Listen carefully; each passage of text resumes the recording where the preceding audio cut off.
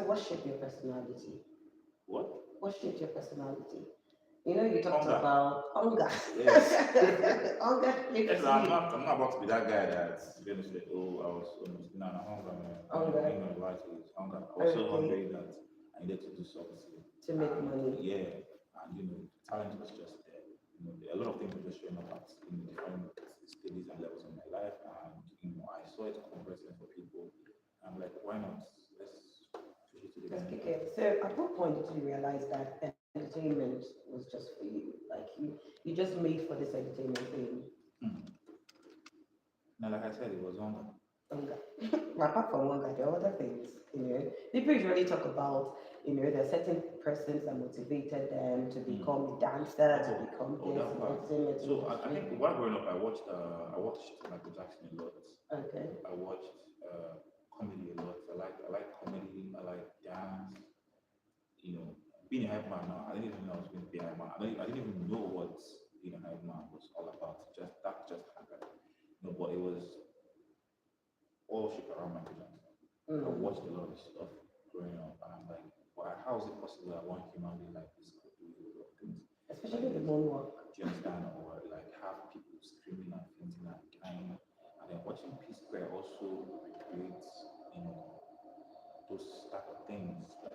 Like it's like Michael Jackson was like way far away, but seeing that P Square is also from Nigeria and they're from like the same state as you, and it's possible that people are also friends with these people.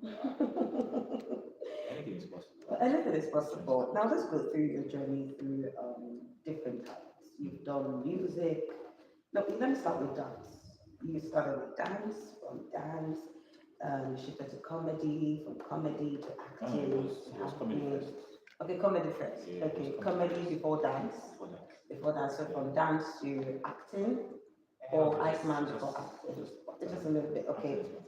okay. So now music. So how do you juggle yourself through this creative talents that you've ventured in and you're Mm. still into it? It's like what you're doing now, right? It's like you're doing TV now. Doesn't Yeah. mean you can't do radio. Okay. Doesn't mean you can't talk on radio. Doesn't mean you can talk in open events. Doesn't mean you can't interview people on red carpet. You see, there's a connection to all these things. And aside from the special talent, which is like dance, there has to be special talent to it and rehearsals. Everything is just connected in one way or the other, and you just gotta keep working. As you're Okay. here now, you're on the show now. I don't know what's gonna happen next week. After this, you're probably gonna record some other thing, and you do Definitely. that, and you might have a gig. You might have to do a voiceover for somebody. You might have to do. You talk on every day. There just has to be something to do, and entertainment has evolved so much that you cannot stay at the spot to dance and dance. You Mm. gotta keep exploring every single opportunity that connects to what you're doing because see, the people you're serving it to, it's like you gotta come to them with a buffet because Yeah, some people you come in need to from one feed their direction. appetites. Exactly. So today they serve a this tomorrow you gotta serve a one. Go Mm. farm go.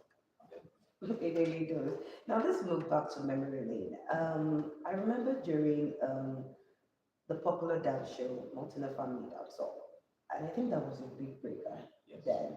So, what was that defining moment for you on that show? Mm. It's all about family dance and all that packaged together. Funny thing, yeah. Funny thing about that show was I didn't qualify directly.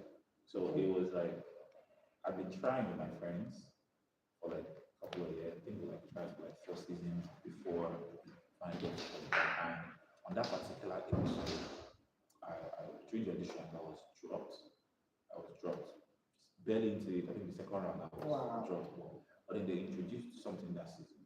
So my friend got to the final and was picked, and then my friend chose me as a friend. So you have the option, or aside from bringing your family, you can add in just one friend. So I tagged along as a friend. So Mm. first of all, that was the defining moment that as we don't enter, there's no going back. Like everybody has to understand the game plan that this is it though. Nobody has to follow this opportunity. Like you have to Okay. grab it like As one. in, grab, And grab. then being on the show, our first dance and performance was just it. It was that moment that the judges and everybody in the show that knew that this family was special because we did something or they didn't see it coming. They didn't know how we got it. It was crazy. And like it So had to be how, there. so how did you feel in that moment? Like, Were you feeling like a I was passenger like, or I you was, feeling like it's not like a passenger, but I'm like, I was like when we were getting the comments, I was like, yes, this is it. Like this is why we are here. Well, like I said, it was a one-time opportunity. Imagine being behind the scenes for so long, trying to be on that spot, get that yes, opportunity, and and you you can't finally believe get for it. yourself? I don't wait for opportunity to come twice. So As just in, come, you know, back, easy, come back. you know, easy. So, what lessons did you learn from that show, and how did that show actually shape you? Yeah, it shaped me a lot because that was like an eye opener for me. Just Mm. that was like an eye opener. It opened my eyes and exposed me to a whole lot of things. It was like my first time going outside of Anambra, going outside of my terrains, and just Okay. meeting people with same amazing talent, but then even much more, working hard to be on the same spot as you, seeing the different perspective as to how they could judge your stuff and how people also, what motivates other people. Because it's like a house. So Yeah, they it's live also with those pushing. people, they live with those people for like 2 weeks, 3 weeks, a month, 2 months, until they, competition. There's a lot of things to do, exercises, aerobics and stuff. It's like I didn't see those parts with them, those things shaping my mind. I understood that aside from just doing this thing, there are other things you gotta do. You can actually do. You gotta eat right, you gotta exercise right, and so Okay. on and so So, forth. like I said, we're going back to memory lane. So let's take a shot of, the memories back then at Mortimer Dance or Family Dance. So we're going to actually bring out the shots and take you back to memory lane. So you have, to refresh your mind. Right? Let's So let's we are going to go over to Slim Shady's time during Mortimer Family Dance Hall, and that was his big break in the entertainment industry. After that, we'll be back. Stay with us.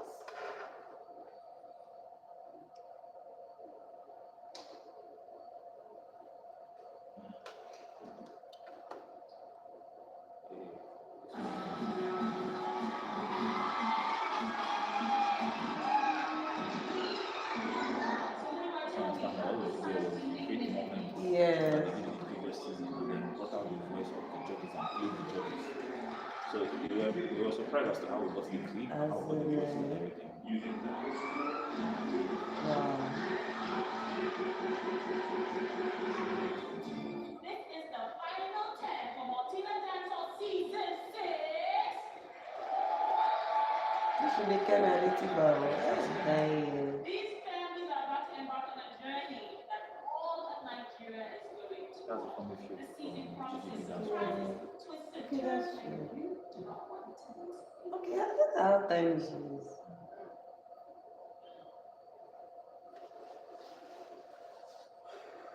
Oh, that was Slim Shady's moment of breakthrough. It wasn't a family dance. So remember memories. I'm So just how do you smiling. feel watching that? I'm grinning from chin to chin. You're really from chin to Like that chin. moment was crazy. Like it was like Yeah, what you prayed for just apparently. happened in real time, and I bless God. Yeah, you feel proud of yourself. Super duper. Nevertheless. Okay, So now now watching it now, I'm still super proud of myself. exactly. So, what transpired the transition to becoming a hype man? You moved from comedy to dance, and what transpired your transition to becoming a hype man? And some people say actually, hype men do not have real talents; they're just riding on sounds, DJs, and artists. So, how is that for you? Okay, which one do I pick on first? First off, First of all, how did the transition from becoming all like from comedy to yeah. dance, and now? So that kind of like happened. Being a hype man just happened. I mean, I saw it one time with Dotson. Then I think it was that church or so. I saw it as something like really amazing. And I didn't know what it was. I didn't know what it was called. But I just liked the idea that somebody could be able to control people to do a certain thing. Like it was people were like all far away sitting down, and then this guy just comes in and just says, "George, stand up," and people rushed and came together, and then the show had like a different energy. I was like, man, I rock with that. Do you understand? But down the line, I think a year, 2 years, or 3 years later, I can't remember for sure. I was doing something like there's this thing called call and response. Okay. I was like caught up in that moment with a DJ. Like it was something I was doing every Sunday with a DJ. And then somebody just comes to talk to me. I said, you can do this thing. Shout out to Spidey by the way, because he was the one that saw me and told me how I could do it. You can do this. I have this event coming up and I think you can actually like try to do this or do that. And I'm like, oh, really? Okay, okay. I went back home, tried to research about it, ask about what it is, what it was, or how it works, and all that. And then I just did it for the first time. Doing it for that first time, I did it with like a very high profile DJ. Okay. Yeah, DJ TTV, shout out to DJ TTV. Oh, yeah, just And after working with DJ TTV, he calls me and says, bro, where do you stay in Lagos? I'm like, I don't stay in Lagos, I stay in Okada. You understand, guys? No, it's not possible. How long have you been doing this? I just started this, my first time. He's like, nah, you're crazy for it. You gotta take this, and just hearing those things alone pushed me. If I was supposed to take 2 steps, it pushed me 20. Yeah, it pushed me 20 because like I said, DJ TTB is like it's like hearing from DJ Consequence them and all of that. How would you are? I was my first time for it. Interesting. In that moment, in that time, every. So you didn't go through any understudy with anybody? No. You just It was yourself. there was understudies. On the skill. Yes, I just work on the skills. And I watched yourself. people. I was steady watching internationally, globally, and even in Nigeria. I was watching all the guys who were doing it, how they were doing it, why did they choose you? I was like, I kind of like started looking at like all the hype men in Nigeria at the time. There was someone, so on and so forth. Like, I wanted to know why Dobson stood out. So I started doing everything. Yeah, I started doing everything he was doing. So I was checking like, what is he doing? He's working with an artist. I tried to tag along with an artist. He's working in radio. I started studying radio. Radio is interesting. Yeah.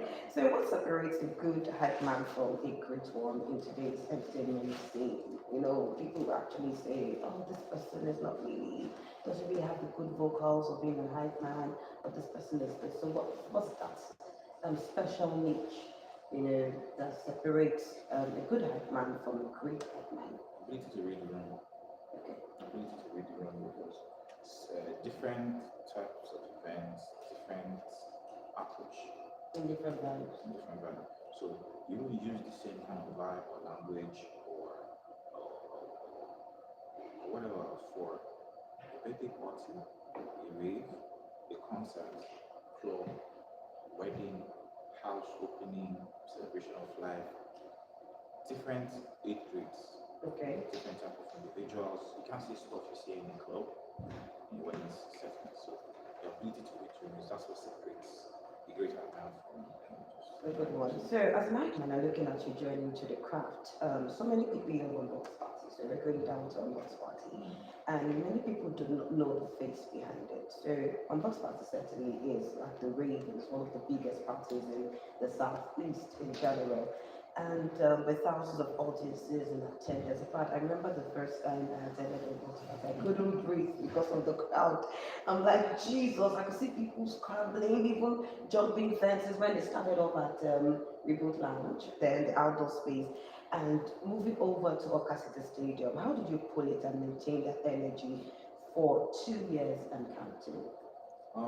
So it's just that thing about culture, right? So these things were happening a lot at the time, but we didn't have anything like that in Anambra as well as in the East generally. So we sought to